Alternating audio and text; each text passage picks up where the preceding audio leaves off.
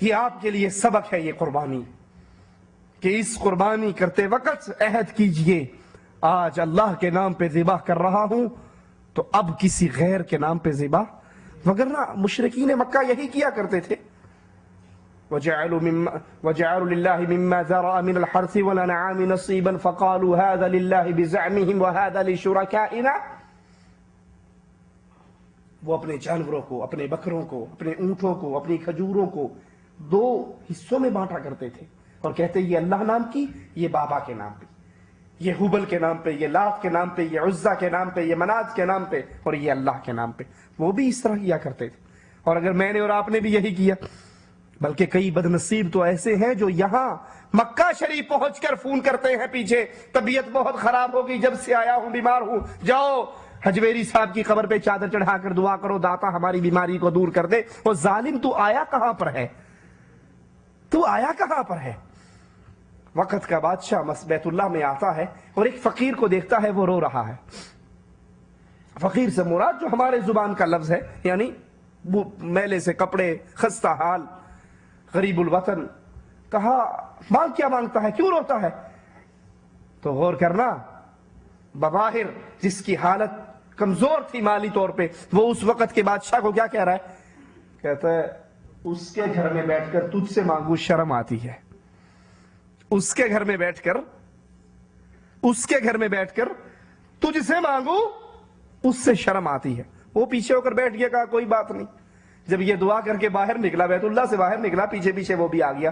کہا اچھا وہاں تو تم کہہ رہے تھے نا کہ اس کے گھر میں بیٹھ کر تجھ سے مانگوں تو شرم آتی ہے، اب تو اس کا گھر نہیں ہے، اب تو باہر آ گئے ہو، مانگو کیا مانگتے ہو؟ کہا کیا مانگوں؟ آخرت کا مانگوں یا دنیا کا مانگوں؟ کہا آخرت کا تو میں بھی اللہ کے در کا مانگتا ہوں، میرے پاس تو کچھ نہیں. ہاں دنیا کے 4 پیسے ہیں، مانگ کیا مانگتا ہے؟ کہا بھلے آدمی، دنیا تو میں نے دنیا والے کے گھر میں بیٹھ کر اس سے نہیں مانگی، تجھ سے کیا مانگوں؟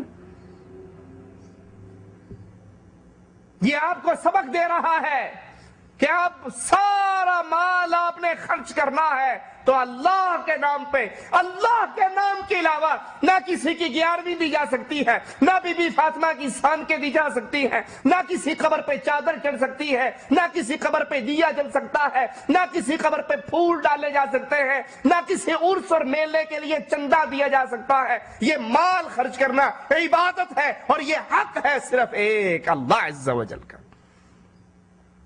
آپ نے حج تو کر لیا، لیکن اس حج کے سبق کو یاد کیجئے. یہ حج آپ کو اور مجھے سمجھاتا کیا ہے کہ عبادت کا ہر طریقہ جو خالص اللہ کے لیے ہے، اب وہ غیر کے لیے عمل. اور ہم نے عبادت کے ایک ایک عمل کو غیر کے لیے خاص کر لیا. اللہ کے لیے بھی کرتے ہیں، غیر کے لیے. مثال دے کے چلوں کیسے؟ اللہ اکبر. میقات پر آ کر ہم احرام باندھتے ہیں نا سفید چادروں میں، ہر آدمی کوئی کالی چادر میں تو نہیں جاتا نا، مخصوص لباس ہے. کیا خیال ہے ہمارے پیروں کے عرسوں کے دربار پہ جانے کے لیے مخصوص لباس نہیں ہے؟ سبز چولا پہن کر نہیں جاتے؟ سبز چولے پہن کر جاتے ہیں یا نہیں جاتے؟ حج کے لیے سفید احرام ہے تو دربار کے لیے سبز چولا ہے. اچھا حج جب مرضی کر لیں، کیا خیال ہے رمضان میں حج ہو جائے گا، شوال میں ہو جائے گا، محرم میں آج کل رش زیادہ ہے تو کیا خیال ہے محرم میں جا کر حج کر لیں؟ حج کے لیے مخصوص مہینہ ہے اور مخصوص دن ہے. تو کیا خیال ہے ہمارے پیروں کی قبروں کے عرسوں کے لیے مخصوص دن نہیں ہے؟ کیلنڈر چھپے ہوئے، جنتریاں چھپی ہوئی، آج فلاں کا عرس، آج دڑکی شاہ کا، آج لسوڑی شاہ کا، آج پسوڑی شاہ کا، آج کھوتے شاہ کا، آج بٹیرے شاہ کا، آج گھوڑے شاہ کا، آج تیتر شاہ کا، آج کاما والی سرکار کا، آج پیر اٹ شاہ کا، آج پیر چوپ شاہ کا. 360 دن ہے، 360 عرس ہے، بندہ جائے کہاں کا؟ حج کے لیے مخصوص دن ہے تو قبروں کی زیارتوں کے لیے مخصوص دن ہے. حج کے لیے مخصوص جملے ہیں نا، زبان سے ہم کہتے ہیں لبیک اللہم لبیک.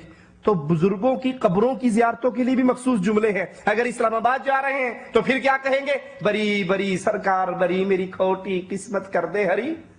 اور اگر اجمیر جا رہے ہیں تو پھر کیا کہیں گے؟ خواجہ نہ دے گا تو پھر کون دے گا. اور اگر لاہور جا رہے ہیں، آئے ہیں منگتے تیرے در پہ داتا، آئے ہیں تیرے در پہ تو کچھ لے کر جائیں گے. جس طرح اللہ کے گھر کے لیے تلبیہ ہے، مخصوص جملے ہیں، ہم نے ہر قبر کے لیے مخصوص جملہ بنا رکھا. ادھر آتے ہیں بیت اللہ کے چکر لگائے جاتے ہیں، طواف ہوتا ہے تو ہم نے اپنے پیروں کی قبروں کا طواف ہے، بیت اللہ میں حجر اسود کو چومتے ہیں تو پیروں کی قبروں کی دہلیز اور پتھروں کو چومتے ہیں، بیت اللہ کا غلاف ہے تو پیروں کی قبروں کا غلاف ہے، بیت اللہ میں زمزم کا تبرک ہے تو پیروں کی قبروں کو، نواز شریف حجویری کی قبر کو 5 من عرق کے گلاب سے غسل دیتا ہے۔ اگر یہاں اللہ کے گھر کا غسل ہے تو وہاں پیر کی قبر کا غسل ہے، یہاں صفا مروہ کی سعی ہے تو وہاں بابے کی قبر سے لے کر بابے کی بیٹھک تک بھی دوڑ لگائی جاتی ہے، یہاں اللہ نام پہ قربانی ہوتی ہے، وہاں بابے کے عرس کے نام پہ، پیر کے نام پہ سبیل بھی لگتی ہے، قربانی بھی ہوتی ہے۔ حج کا ہر وہ کام جو خالص اللہ کی عبادت تھی، آج اس امت اسلام نے، اس امت نے اسلام کا نام لے کر، محبت کا نام لے کر، اولیاء کے پیار کا نام لے کے، ہر وہ عمل جو خالص اللہ کی عبادت تھی، آج وہ قبر والوں کی عبادت کے طور پہ کرنا شروع کر دیا۔ اللہ سے ڈر جائیے، اللہ کی توحید کو سمجھیے۔ میری باتیں بڑی کڑوی، کئی بھائیوں کو غصہ آیا ہوگا، لیکن یاد کرو شوگر کے مریض کو چینی کھلاؤ گے تو جلدی مرے گا، اور نیم کی کڑی میں گولی دو گے تو اللہ سے امید ہے اس کو شفا ہو جائے گی۔ جو جہاں لگا ہے ٹھیک لگا ہے، یہ راگ میں بھی الاپنا شروع کر دوں، جو ٹھیک ہے یہ اسے بھی کچھ نہ کہو، اس کو بھی کچھ نہ کہو، تو پھر بربادی ہمارے اوپر مسلط ہو جائے گی۔ رسول اللہ صلی اللہ علیہ وسلم فرماتے ہیں تم امر بالمعروف کرو، نیکی کا حکم دو، برائی سے روکو، اگر تم اس کام کے کرنے سے رک جاؤ گے تو پھر اللہ کا عذاب تمہارے اوپر آئے گا، تم دعائیں مانگا کرو گے، اللہ تمہاری دعاؤں کو سنے گا نہیں، قبول نہیں کرے گا۔ اس لیے مسلمان، اس دین کی تبلیغ کسی ایک مولوی صاحب کا کام نہیں۔ رسول اللہ صلی اللہ علیہ وسلم نے فرمایا بلغوا عنی ولو آیہ، آپ کو ایک مسئلہ سمجھ آ گیا، قرآن کی ایک آیت سمجھ آ گئی، اس کو لیجئے اور پھر اس دعوت کو لے کر ایک ایک جگہ پر جہاں تک آپ کی آواز پہنچتی ہے اس کو لے جائیے، اس دعوت کو پہنچائیے۔ یاد رکھیے رسول اللہ صلی اللہ علیہ وسلم نے حضرت علی کو خیبر کے موقع پر کہا تھا، علی اگر تمہاری دعوت سے، تمہاری محنت سے ایک آدمی توحید کے راستے پر آ گیا، ایمان اور اسلام کو قبول کر لیا، تمہارے لیے سرخ اونٹوں سے زیادہ قیمتی ہے۔ یہ بات صرف حضرت علی تک ختم نہیں ہوگی، یہ بات آپ کے لیے اور میرے لیے بھی ہے۔ اگر آپ کی محنت سے کسی ایک آدمی نے قبر پہ سجدہ کرنے کی بجائے اس سے توبہ کر کے خالص اللہ کے سامنے جھک گیا، خالص اللہ کی توحید کو مان لیا، تو ہو سکتا ہے یہی ایک آدمی قیامت کے دن یہی نیکی آپ کی اور میرے جنت میں جانے کا سبب بن جائے۔ اقول قولی ھذا واستغفر اللہ لی ولکم ولسائر المسلمین فاستغفروہ انہ هو الغفور الرحیم۔ حج کے بارے میں ہماری ایک کیسٹ ہے جو نیچے آپ جب سیڑھیوں سے اتریں گے تو وہاں سے وہ کیسٹ لیتے جائیں، ہر ساتھی یہ کیسٹ لے لے، اس کو سنیں اور پھر آگے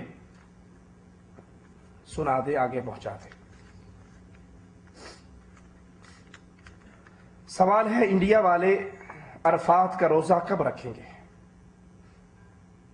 جس دن عرفہ میں وقوف ہوگا اسی دن روزہ رکھا جائے گا۔ مثلا آپ اور میں عرفہ کے اندر موجود ہیں اور ہمارے کوئی ساتھی ریاض میں رہ گئے، حج کے لیے نہیں آئے، تو یہ کس دن روزہ رکھیں گے؟ جس دن ہم عرفہ میں ہوں گے۔ اسی طرح انڈیا والے ہوں، پاکستان والے ہوں، پوری دنیا والے ہوں، کیونکہ یہاں عرفہ کے روزے کے بارے میں عرفہ کے قیام کا دن آیا ہے، 9 ذی الحجہ نہیں آیا کہ 9 ذی الحجہ کو، جس دن حاجی عرفہ میں ہوں۔ اب حاجیوں نے روزہ نہیں رکھنا، لیکن غیر حاجی جو عرفہ میں نہیں ہیں، غیر حاجی ہیں، ان کے لیے روزہ رکھیں گے کس دن؟ جس دن حاجی عرفہ میں اکٹھے ہوں گے۔ اور رسول اللہ صلی اللہ علیہ وسلم فرماتے ہیں کہ یہ ایک روزہ اللہ کی رحمت سے امید ہے، فرماتے ہیں 2 سالوں کے گناہوں کا کفارہ بن جاتا ہے۔ 1 سال گزر جانے والا اور 1 سال